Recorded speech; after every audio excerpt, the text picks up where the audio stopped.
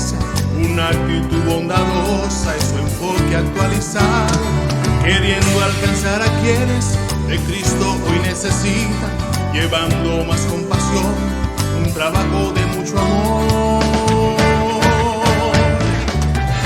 Esto es vida,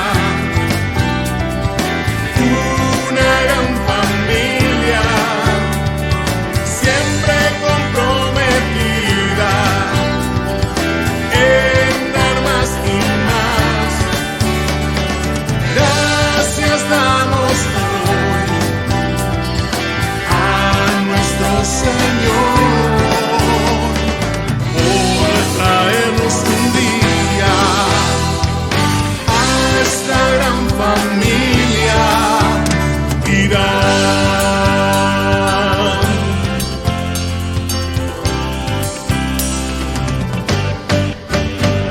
Una vida con propósito para juntos estar mejor, y así llevemos por siempre una vida de oración.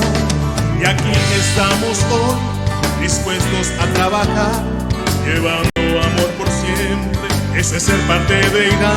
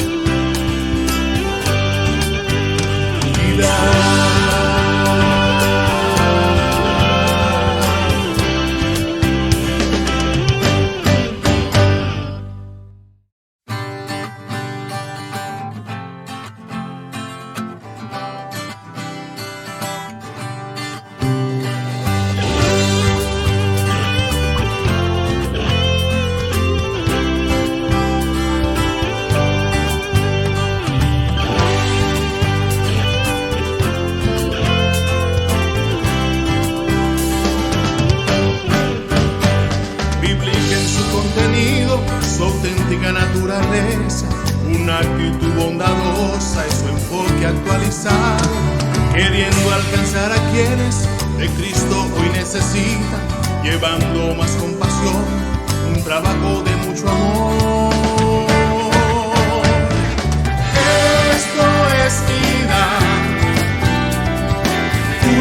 una gran familia, siempre comprometida en dar más y más. Gracias damos hoy a nuestro Señor por traernos un día a esta gran familia.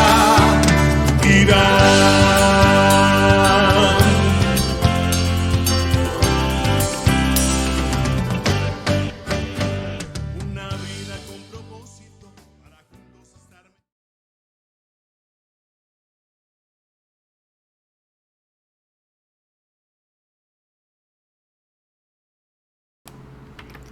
¿Sabía usted que la palabra comunión se utiliza de manera bastante común dentro y fuera de la iglesia y por lo general se utiliza incorrectamente?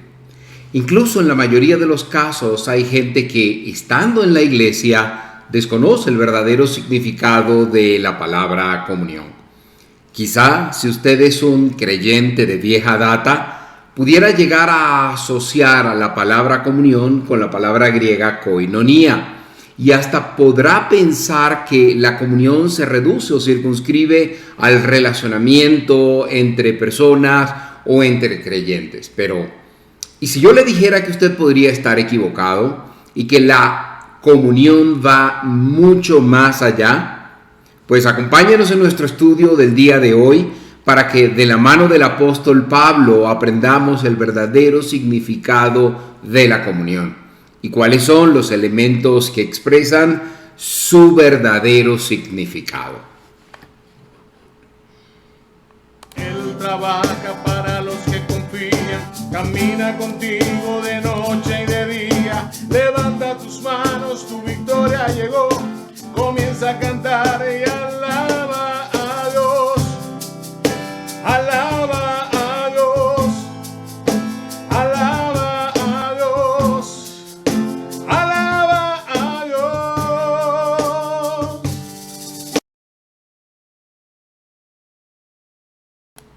Hola, bienvenido a este nuevo estudio de tu iglesia Dios Admirable Maracaibo.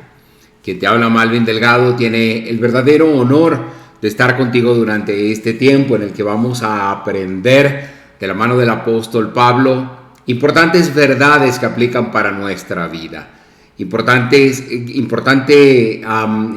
mensajes, una importante guía para nuestro quehacer diario.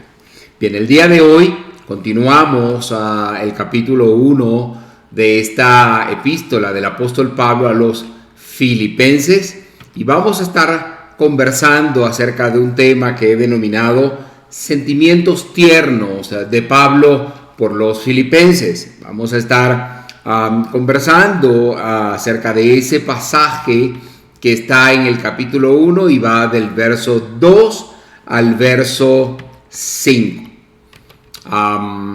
Es importante que tú que te estás conectando con nosotros en este momento nos digas desde dónde nos estás viendo. Este video lo ves a través de YouTube o lo ves a través de Facebook. Pues coméntanos, dinos desde dónde nos estás viendo y por favor, algo muy importante.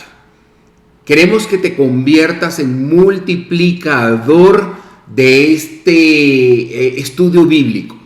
El día de hoy vamos a estar estudiando la palabra de Dios, que es una de las actividades más importantes de nuestras vidas. Por eso yo te invito a ti que te conviertas no en un espectador, sino en un protagonista y que puedas compartir en tu muro de Facebook este mensaje. Si lo estás viendo a través de YouTube, copia el link y envíalo por WhatsApp. Utiliza cualquier medio para poder difundir este mensaje. Sé tú partícipe de este estudio bíblico, no un mero espectador. Porque además de ser bendecido a través de lo que aprenderemos el día de hoy, vas a bendecir a otras personas. También suscríbete a cualquiera de los canales de Dios Admirable Maracaibo y serás informado, notificado cuando tengamos un nuevo estudio o un nuevo contenido de Dios Admirable que estamos seguros va a ser de bendición para ti y para los tuyos. Bien, me gusta comenzar este estudio bíblico con una oración. Ayúdame allí donde estás, cerrando tus ojos y hablando con Dios. Si no los quieres cerrar, no hay ningún problema, pero hablemos con Dios. Vamos a encomendar que este tiempo sea de bendición para ti y para todos los que están en este momento conectándose a esta hora, en este día con nosotros. Gracias, Dios, te doy de todo corazón por la bendición de poder servirte. Gracias te doy porque podemos hacer tus instrumentos, podemos ser tus herramientas para poder bendecir a muchos. Te pido que lo que vamos a hacer el día de hoy, Señor, sea agradable para ti y tú puedas bendecir lo que hacemos, Señor. Te pido que quites cualquier interrupción que se pueda presentar y que este estudio bíblico sea de bendición para muchos, pero sobre todo que sea para tu gloria y tu honra. Pedimos esto en el nombre de Jesucristo. Amén. Bien, antes de comenzar con la porción de la palabra de Dios que hoy vamos a estudiar y la leeremos enseguida, me gustaría reconocer a través de estos medios a Ana Hernández García, Ana me envió a través del número que está disponible para enviar las respuestas del estudio anterior unas excelentes disertaciones, unas excelentes respuestas. Ana, te felicito, de verdad muy impresionantes. También quiero muy rápidamente mencionar comentarios que nos dejaron a través de Facebook o YouTube. En YouTube, Guido José Maldonado y Teresa nos enviaron algunos mensajes saludando en el estudio anterior. También eso fue a través de YouTube, a través de Facebook. Carmen Rosa Rubio también reportó que estaba observando el estudio la semana anterior. El pastor Ilcías también dejó algunos comentarios y José Antonio Sánchez también dejó algunos comentarios. Muchísimas gracias por los comentarios que nos han dejado. Debo decir que el primer estudio, el introductorio, tuvo una gran sintonía. Espero que este también lo pueda hacer, pueda tener una gran sintonía, porque más allá del rating, las personas conectadas, lo importante es que hay gente que está siendo bendecida a través de tu acción o a través de la que Dios admirable está haciendo al compartir estos estudios y haciéndole llegar a cada vez más personas. Bien, con eso dicho, vamos a proceder a leer la porción de la palabra de Dios que hoy estaremos estudiando y comenzaremos el estudio de esta manera.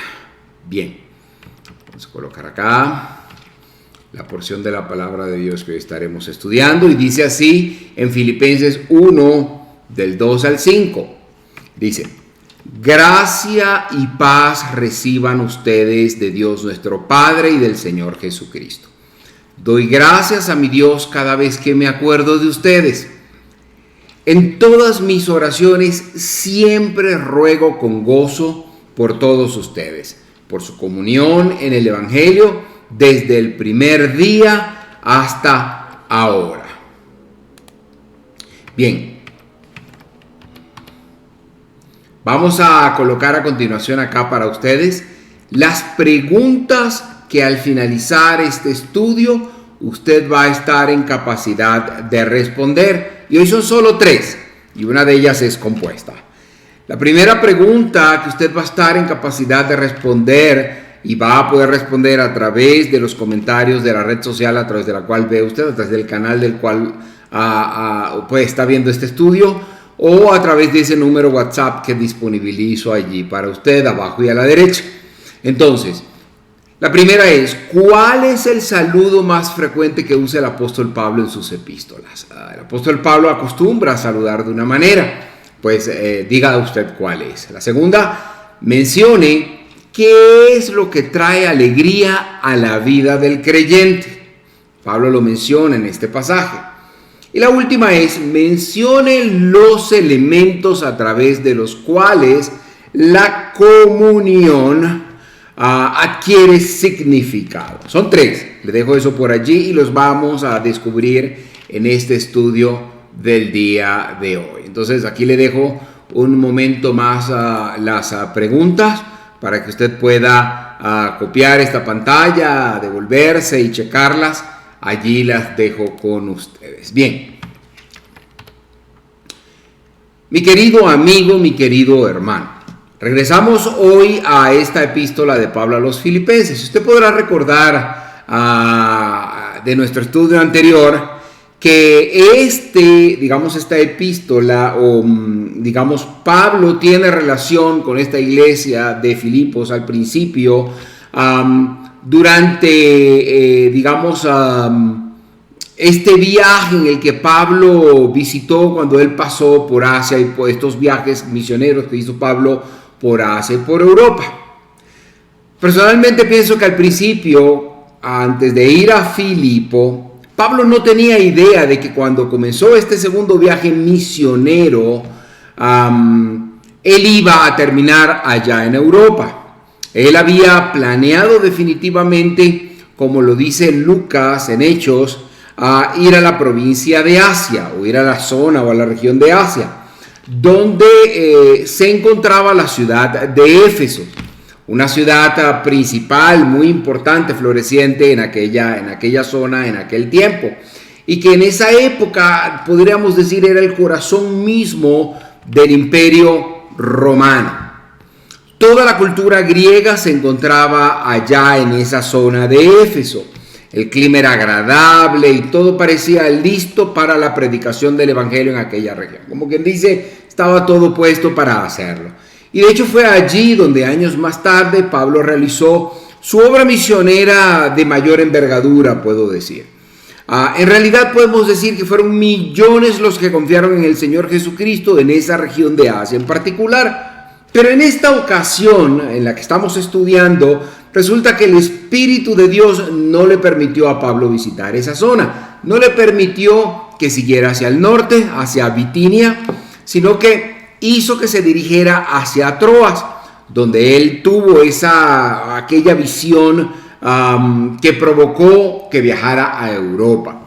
Un varón macedonio, lo vimos en nuestro estudio anterior, en la introducción a esta carta. Todos nosotros, de hecho, podemos darle gracias a Dios por eso, pues el Señor, permitió que Pablo llegara a Filipos y allí se formó una iglesia a causa del esfuerzo misionero del apóstol Pablo. Esta iglesia fue una de las más apreciadas por él.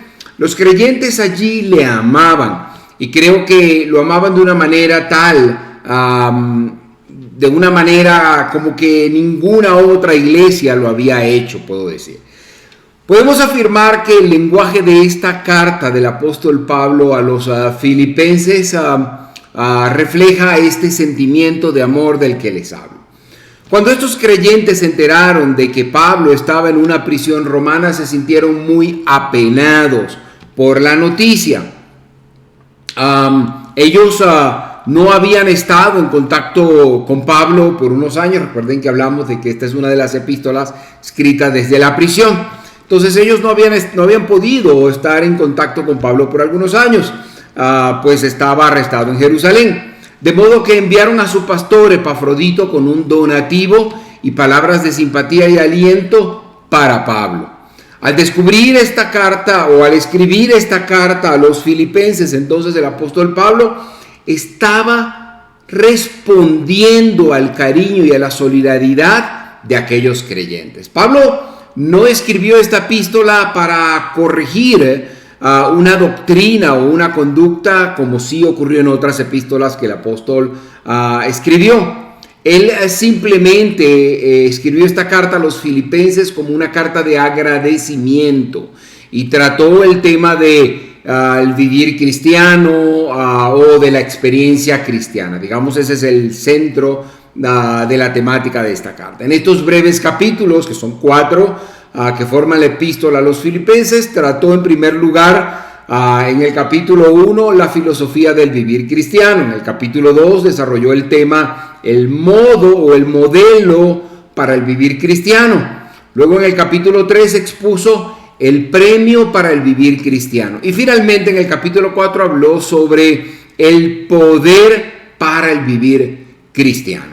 Todos estos aspectos son supremamente importantes y cada uno será enfocado en particular en uno o dos versículos de cada capítulo y haremos el énfasis necesario. Desde el mismo comienzo de esta carta nos damos cuenta del cariño y afecto que Pablo tenía hacia estos creyentes de Filipo. En los primeros 2 versos tenemos la introducción. Luego, al avanzar la lectura del primer capítulo, notaremos el sentir afectuoso de parte del apóstol Pablo para con estos creyentes en Filipo y la relación que él tenía con esta iglesia, una relación, digamos, muy cercana. Como ya hemos dicho, los primeros 2 versos son en realidad una introducción. Ya hemos apreciado lo que decía el verso 1 en nuestro estudio anterior, fue, digamos, el final el estudio anterior. Si lo quiere ver, usted puede ir hacia la historia de las publicaciones de Dios Admirables. De cualquier manera, en los comentarios le voy a dejar el enlace al primer estudio de la semana anterior. Bien, vamos ahora entonces con el verso 2 del capítulo 1 y lo voy a colocar acá para ustedes para que lo podamos leer juntos y comenzar nuestro estudio. Dice así Filipenses 1:2: gracia y paz reciban ustedes de Dios nuestro Padre y del Señor Jesucristo. Lo primero que vemos es el saludo: gracia y paz reciban ustedes. Esto es común en las epístolas paulinas y nuevamente se presenta aquí. Esta es la forma de saludo utilizada por el apóstol Pablo en todas sus cartas, y estas dos palabras, gracia y paz, siempre aparecen en el mismo orden. Dos palabras muy comunes en los días de Pablo, debo agregar. De manera que este puede decirse que es el saludo más común de Pablo en sus cartas. Gracia era la palabra para saludar en el mundo griego. En el idioma griego se traduce gracia como charis. Si usted caminara por las calles de aquella época, habría escuchado a la gente saludarse con dicha palabra, charis. En realidad, este saludo aún se usa en la Grecia actual, como dato anecdótico, y significa gracia. Los griegos lo usan de la misma manera que nosotros podríamos decir hola, buenos días, o buen día, o buenos días. Es como si Dios le estuviera diciendo a usted, digo Dios, perdón, algo como que si Dios le dijera a usted algo como que tenga una buena eternidad. Cuando alguien nos dice hoy buenos días, no constituye en nada, o no contribuye en nada a que realmente tengamos un buen día. Es una suerte de expresión formal, o un buen deseo, o una convención social. El que te lo diga no significa que vayas o no a tener un buen día. Pero Dios ha hecho los arreglos para que usted sí pueda tener una buena eternidad. Si Dios le dijera una buena eternidad, debo decirle que Dios ya lo tiene listo. Y eso es posible precisamente por la gracia de Dios, por su gracia. Y con respecto a la palabra paz, debo decir que siempre sigue a la palabra gracia, es gracia y paz. Nunca la precede. Así como charis proviene del mundo griego y significa, gracia, paz en este caso, cuya traducción es shalom, nos llega del mundo religioso. Es una forma de saludar, en este caso hebrea. En realidad, Jerusalén significa ciudad de paz, Jerusalem, o ciudad de paz. Pero nunca lo ha sido, eso debo agregarlo. De hecho, ha sido una ciudad de guerra, una ciudad guerrera.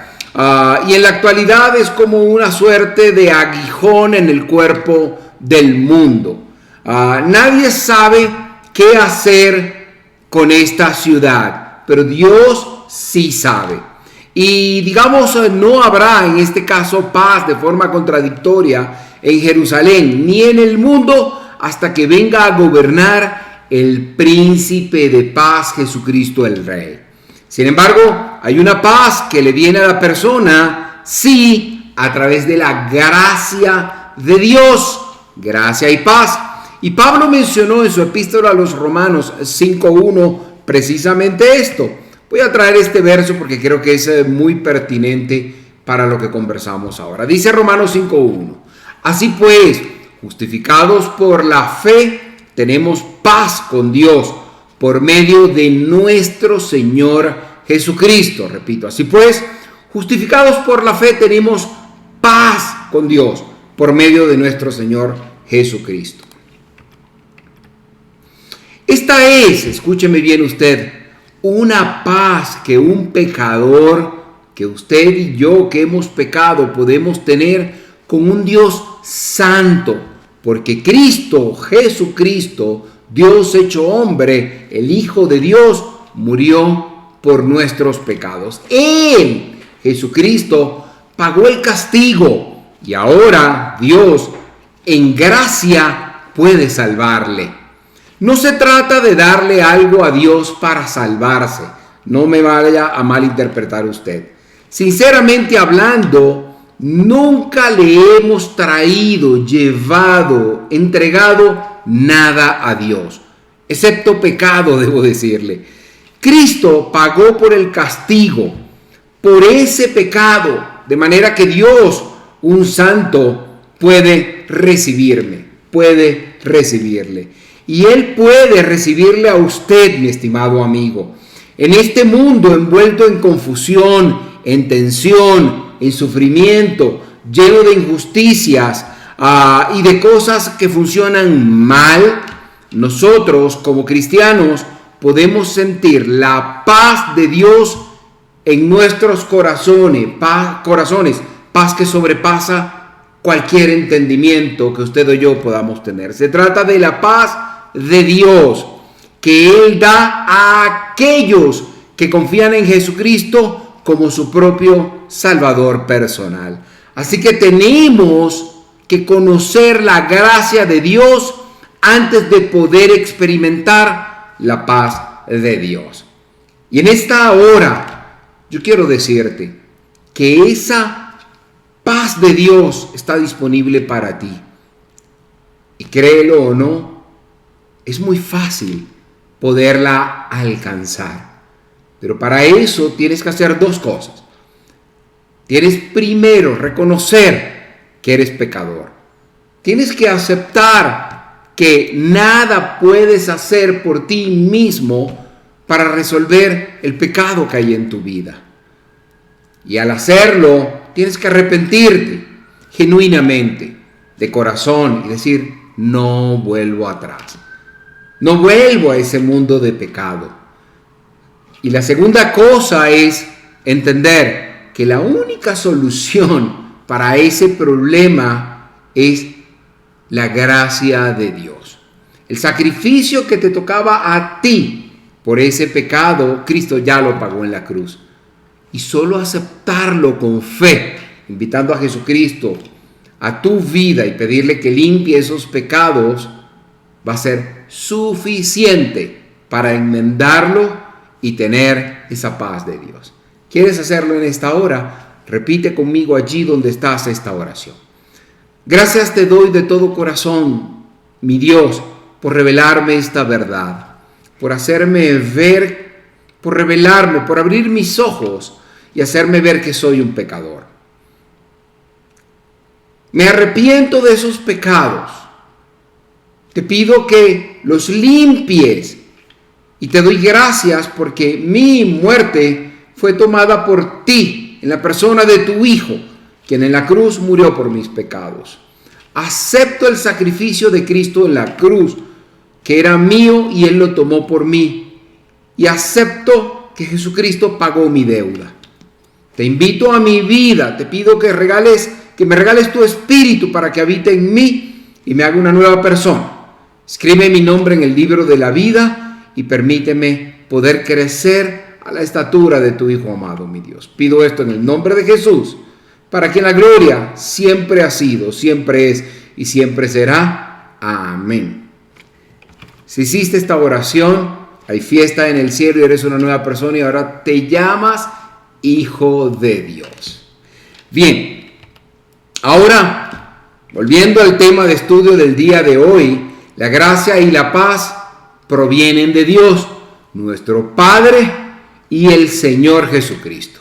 Ahora, permítame hacer una suerte de pregunta teológica que pudiera ser interesante.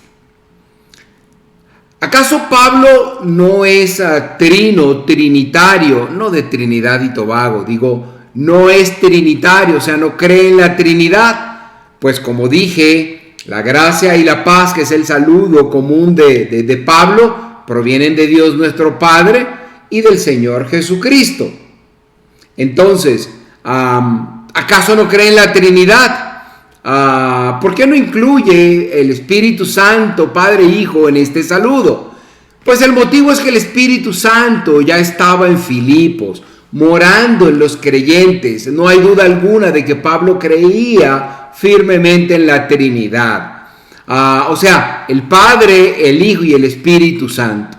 Y él estaba siendo muy preciso teológicamente hablando en este pasaje. Lo digo porque en alguna conversación que tuve en el pasado, alguien asomó esto y solo lo traigo a referencia en este momento para que quede claro. Bien, veamos ahora el verso 3, que inicia con una sección que he titulado El afecto de Pablo a los filipenses, y hace parte central de este estudio. Leamos el verso 3.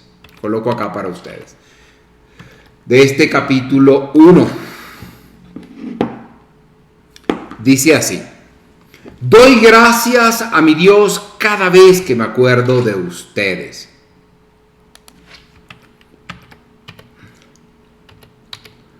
Y de esta manera tan afectuosa, Pablo comenzó a escribir la parte esencial de su carta, revelando la relación tan grata que había entre él y los creyentes de Filipos.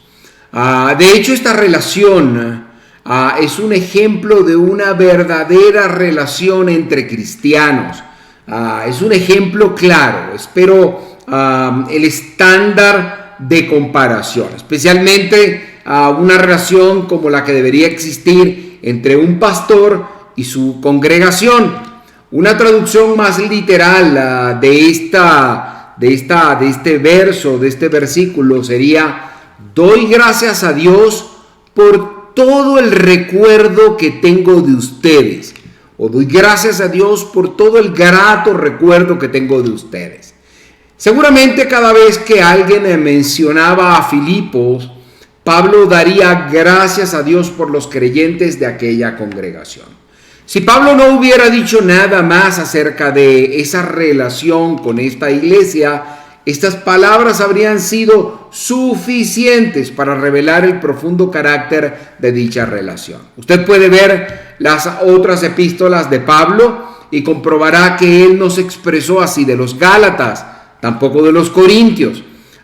Pero en este verso 3, él aún no había terminado de hablar sobre lo que sentía hacia ellos, hacia los creyentes de Filipos. Y continuó diciendo en el verso 4 lo siguiente: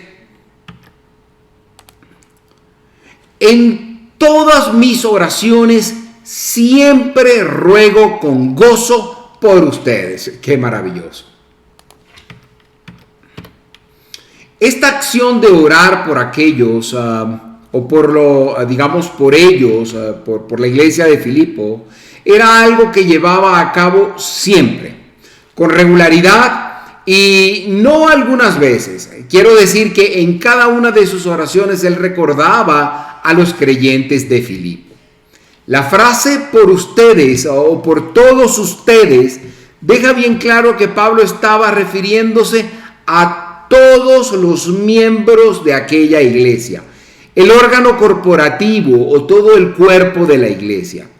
Cuando lleguemos al capítulo final de esta epístola, veremos que había cierto desacuerdo entre dos mujeres de la iglesia, de nombre Síntique y Evodia. Así que aquí, al comienzo de la carta, Pablo fue muy cuidadoso de incluir a todos los creyentes, para que nadie pudiera decir de otra persona: oye, tú estás excluido o excluida. Es decir, que el apóstol quizás no le estaba escribiendo a esa o a esas personas en particular. Se refirió a todos. Veamos ahora la frase ruego con gozo. Johann Albert Begel, teólogo erudito luterano alemán, uno de los fundadores del pietismo de Suabia y pionero de la exégesis crítica del Nuevo Testamento, ha dicho que la suma de esta carta se puede reducir a una frase, y esa frase es: yo me alegro, alégrense ustedes también. Y esta es una expresión notable, especialmente si consideramos dónde se encontraba Pablo cuando escribió esta carta. Él estaba en una prisión romana, él estaba preso, un lugar supremamente oscuro y triste. Al ver las circunstancias en las que él expresó su experiencia de alegría, pudiéramos pensar que es un tanto contradictorio. Estaba preso en una cárcel romana y expresa mucha alegría. Entonces, esto nos da un ejemplo al recordar hasta qué punto los factores que nos rodean en nuestra vida diaria, factores que ni siquiera pueden compararse con los que rodeaban a Pablo en aquel encarcelamiento, influyen en nuestro ánimo y nos privan de una alegre vivencia del compañerismo con Cristo y con nuestros hermanos e incluso con nuestros familiares. Bien, ahora en el verso 4 aparece la palabra gozo. Nunca hemos sentido necesidad de decir que esta es la epístola de la alegría, pero quizá pudiéramos hacerlo. Aunque esta palabra gozo aparece 19 veces en este libro, casi nadie habla de que esta es la epístola de la alegría. Bien, si uno busca una palabra o cuál es la palabra que se menciona más que otra, quizás entonces, y hablando de esta epístola, podemos usar el nombre del Señor Jesucristo. Su nombre aparece 40 veces en esta epístola y Él es el centro mismo de esta carta. Él es la fuente del gozo y por tanto el énfasis debería ponerse en Él, en el Señor Jesucristo, y no sobre la alegría. Como veremos más adelante, la filosofía de la vida cristiana tiene que ver con Él, con el Señor Jesucristo. El modelo de la vida cristiana está centrado en Él. El premio de la vida cristiana está directamente relacionado con Él, con el Señor Jesucristo. Y el poder para vivir en esta tierra una vida que le agrade a Dios también depende de Él. En realidad, escúcheme bien esto que le voy a decir. Lo que trae a la alegría, lo que trae gozo a la vida del creyente es una relación personal de comunión y compañerismo con el Señor Jesucristo. En la actualidad, debo comentarle, muchas veces nosotros estamos tratando de producir alegría por medios externos, como que generar algunos asuntos que alegren nuestra vida.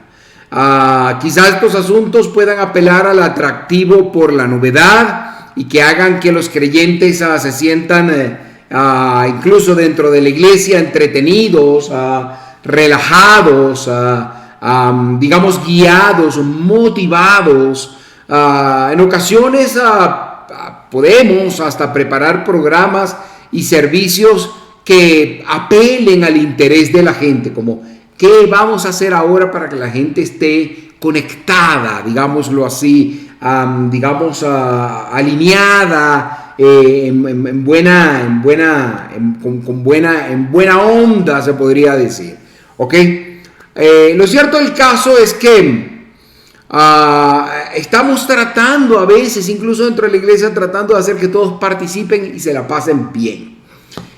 El pasarlo bien ha pasado a ser una meta relacionada únicamente con actividades sociales o con otras actividades que libren la atención de las personas que están, sí, debo decirlo, sometidas al trabajo, a presiones de la vida, a enfermedades, situaciones políticas.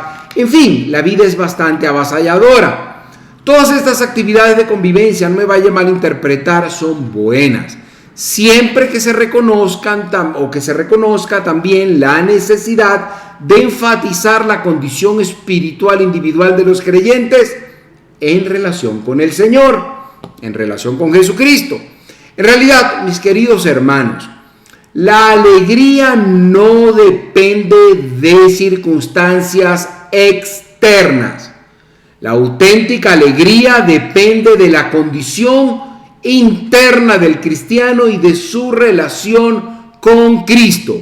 Está basada en una actitud apropiada hacia la vida y fundamentada en la relación que se tiene con Dios. Si usted está descontento o quejándose acerca de su situación o de sus circunstancias de vida, con toda seguridad usted no está experimentando esa alegría verdadera que debe caracterizar la vida de un creyente.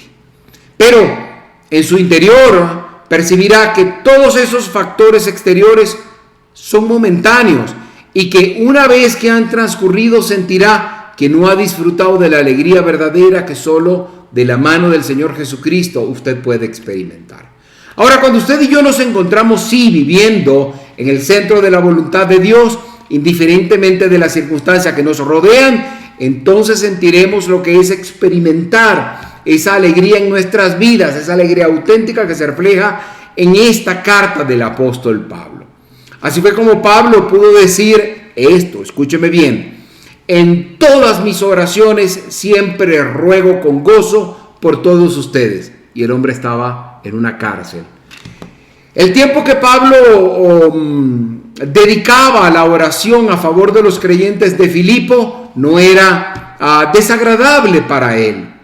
No solo sentía como una obligación que tenía que cumplir, en realidad era un placer, un gozo para el apóstol el poder orar por ellos. Y allí, en aquella oscura y triste prisión, él se llenaba de alegría en el corazón al hacerlo. Bien, ahora después de haber dado gracias a Dios por ellos, le dio el apóstol Pablo le dio el motivo para que podamos leer el verso 5, que dice lo siguiente: por su comunión en el Evangelio desde el principio hasta ahora. Por su comunión en el Evangelio desde el principio hasta ahora, dice el verso 5 del capítulo 1. Veamos la frase por su comunión en el Evangelio. Aquí hemos llegado a una palabra supremamente importante en esta epístola. No queremos pasar por alto la palabra comunión. Quizá ya usted ha escuchado o hasta haya estudiado esta palabra con anterioridad, pero siempre hay una buena oportunidad para ampliar un poco. Y le pregunto, ¿qué quiere decir la palabra comunión? ¿Cuál es el verdadero significado de la palabra comunión? No creo que esta sea una palabra que,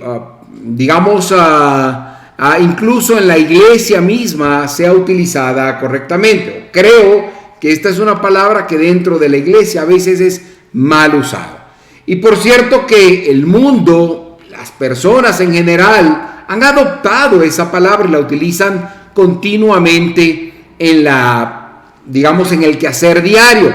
Y por cierto que no solo la ha adoptado el mundo, sino que la utiliza muchísimo para relacionarse o para hablar de la relación que hoy día se tiene. Esta palabra se utiliza también ampliamente en la iglesia y a veces fuera de ella, por los creyentes incluso. Pienso que mucha gente no sabe realmente lo que significa esta palabra y por tanto a veces la usa mal.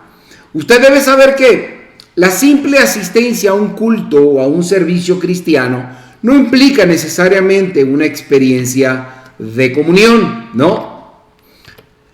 Incluso si una persona participa activamente en un servicio religioso, no quiere decir que tenga comunión con otras personas que estén allí presentes. Y si al encontrarse o al despedirse de una persona, usted intercambia saludos formales con otras asistentes, se dan un abrazo, el gesto meramente social no implica que las personas han alcanzado el nivel de cercanía e intimidad espiritual que implica la comunión o el compañerismo cristiano. Con eso dicho, y ya que hemos descrito, lo que hemos descrito no es comunión, es el sentido, en el sentido estricto de lo que esta palabra es. Diremos que esta comunión corresponde, o la comunión per se corresponde a la palabra griega koinonia, cuyo significado indica que, escúcheme bien, los cristianos, los creyentes pueden compartir las cosas de Cristo. De manera que koinonia, que es de dónde viene la comunión o de dónde se traduce, se adquiere esta palabra comunión a nuestro idioma, significa que los cristianos pueden compartir las cosas de Cristo. Y ese es su verdadero significado. De hecho, ese significado se expresa por medio de 3 elementos, que son comunicación espiritual, cooperación armoniosa y efectiva y una agradable comunión. Voy a colocar acá una suerte de bosquejo para que usted pueda tener presente una guía de lo que comunión es. Entonces, primero, la comunicación espiritual es compartir las cosas de Cristo. Esto sería compartir las grandes verdades acerca de Cristo. Lo que Cristo hizo por usted, lo que Cristo hizo por mí, el sacrificio de Cristo en la cruz, el ministerio de Jesucristo y el evangelio de salvación. Compartir todo esto es la comunicación espiritual, que es compartir las cosas de Cristo.